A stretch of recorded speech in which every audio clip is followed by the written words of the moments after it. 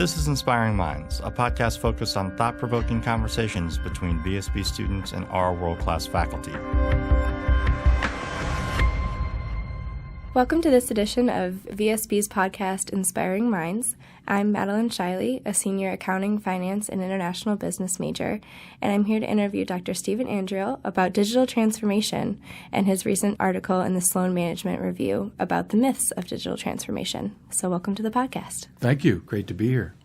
You've been the director of the Cybernetics Technology Office at the U.S. Defense Advanced Research Projects Agency to the senior vice president of the Technology Strategy Group at Signacorp. What, in your experience, has proven to be the most significant barrier to successful tech implementations? One is fear. Fear of the unknown, fear of changing things that might not end too well. And, the old axiom, if it ain't broke, don't fix it, is always applicable to any kind of change in a corporation, any kind of change to a process, to a business rule, to a whole business model. There's always that fear. And the second one is ignorance. People often don't understand what the technologies can do. So they're very concerned about, how do I actually, or should I tweak a process that's working pretty well with a new technology about which I know relatively little. So until all that's mapped out really well, there's a lot of caution that converts very quickly to fear. In your paper, on that note, you kind of discuss how digital transformation might not be a viable strategy for every business then. Can you give us an example of where digital transformation is most successful and where a transformation strategy would be doomed? It's often successful for reasons that maybe are counterintuitive. So it's often successful when a company's revenue begins to fall and their profitability begins to fall and their market share begins to fall. Then they get scared, but this time for the right reasons. They get scared because if they don't make some significant changes, they're going to have some real problems. So often when you look at the probability of success of digital transformation, it's often motivated by how deep a hole a company has dug itself into and how willing it is to dig itself out, that is, to survive. That's one big motivation when it can happen. Other motivations are when you're in an industry where you've got a revenue stream that's particularly nice. In fact, it's worked out quite well. A good example would be ERP, Enterprise Resource Planning Systems. So you sell really big software to really big companies. And you've done that with partners that are the consultancies that install the application onto so-called on-premise servers. You make a lot of money doing that. Then all of a sudden somebody comes along and says, you know what, we can offer this through the cloud. And there's another example of kind of fear, but trying to be anticipatory of some of the changes and trying to say, you know what, I think cloud is going to be the primary delivery model going forward, and I need to get in front of that.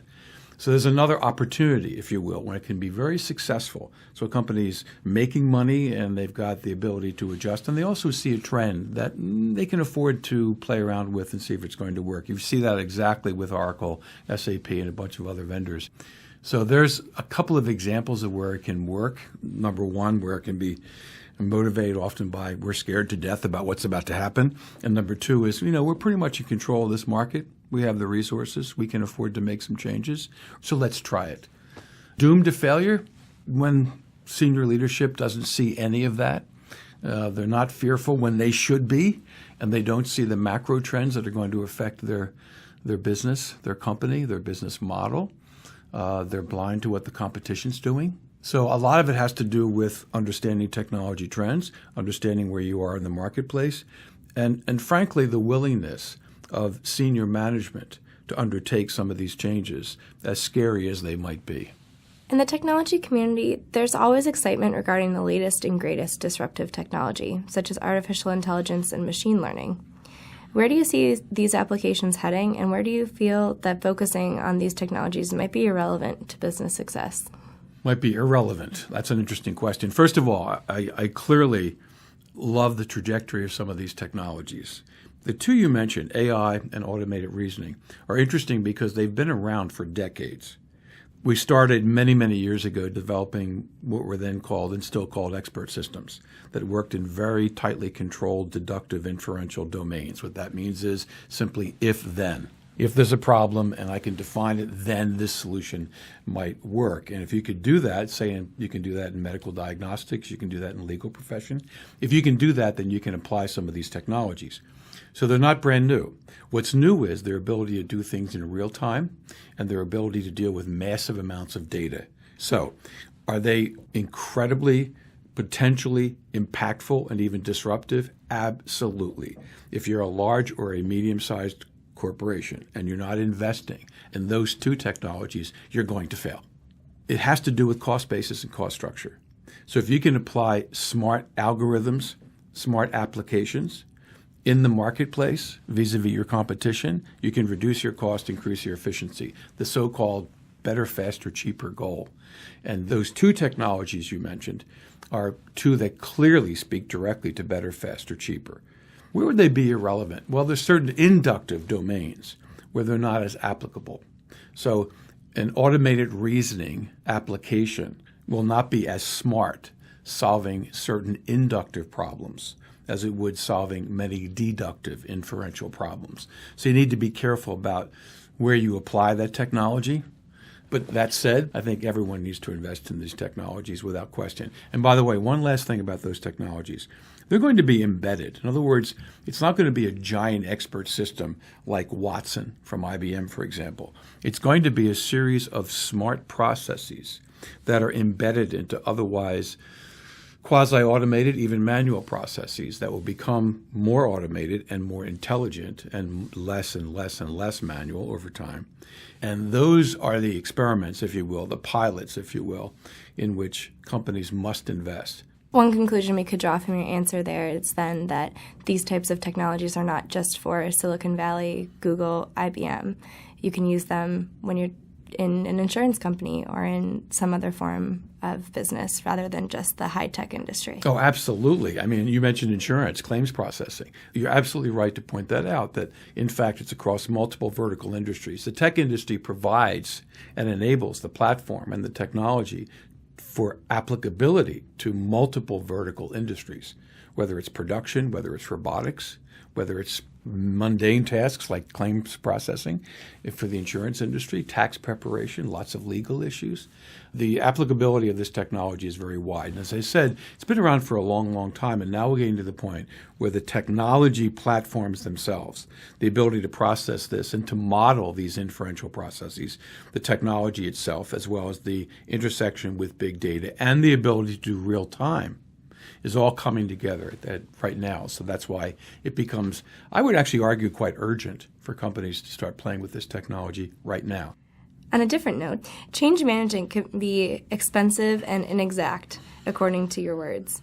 Can you talk a little bit about the barriers to change, especially technology change in a workplace? There's a lot of resistance to change, as I mentioned early in the conversation, just in general. If it ain't broke, don't fix it. Technology-enabled change is often challenging because it will compete with an existing technology. So, for example, there's an application that everyone loves. Maybe it's something as trivial as expense reporting. And everyone's been using the same application for 5 or 10 years. And everyone's very comfortable with it. And then someone else comes along and says, I have better, faster, cheaper. And not just that, it will give me data I didn't necessarily have. That said, people say, but I like the old one. And why are you automating a process that I'm very familiar with and appears to be very, very efficient? And the answer comes back, well, we can make this better, faster, cheaper, obviously, but we can do analytics from the data we collect. We can use the data we collect to perhaps negotiate with providers. So there's that I'm very comfortable with it the way it is, and I don't care about your better, faster, cheaper argument. I want to do it my way. The same rationale applies in this larger effort under the umbrella of digital transformation called applications rationalization. What does that mean? What that means is that we have a lot of applications, software applications that we use that are kind of old, kind of dated, but very familiar, almost personal to people. And someone comes along and says, you know, that application is really old. It costs a lot to maintain. We can't change it. It's not in the cloud. It's sitting on one of our servers. Let's get rid of that thing. And there's all kinds of political fights. So that becomes a kind of obstacle to it. Then you have another obstacle, another class of obstacles, which is technology integration and interoperability. So I want to introduce some new technology. Will it work with all the other stuff? Or will we have to sort of rip everything out because you want to put this one new piece in? So you have to do what's called a total cost of ownership and return on investment, TCO, ROI analysis, to see if in fact it makes sense. And sometimes it doesn't. So yeah, it's not always perfect and it is inexact. And change management, that's sort of getting people ready for the change. And that usually takes place over a long period of time where people are concerned about what does this do to me, my personal productivity? What does this do to my team? And all those kinds of issues. And I love that application. They're holding on to it as it's rolled out the door, out to pasture. So you have a lot of issues like that. And they're often political. They're often personal. Change is always difficult. Change management is always challenging. It's also something that's not adequately planned for. And so what is the change management process? Who's going to manage it? What information are we going to share? How's this going to work? How much is it going to cost? How long will it take? Change management becomes an essential part of any digital transformation project, and it's often shortchanged. Thank you so much for joining me, Dr. Andriole, on this episode of Inspiring Minds. It's been great talking to you. It's been great talking with you as well. Thank you for listening to Inspiring Minds. Stay tuned for our next installment featuring more VSB students discussing research topics with our world-class faculty.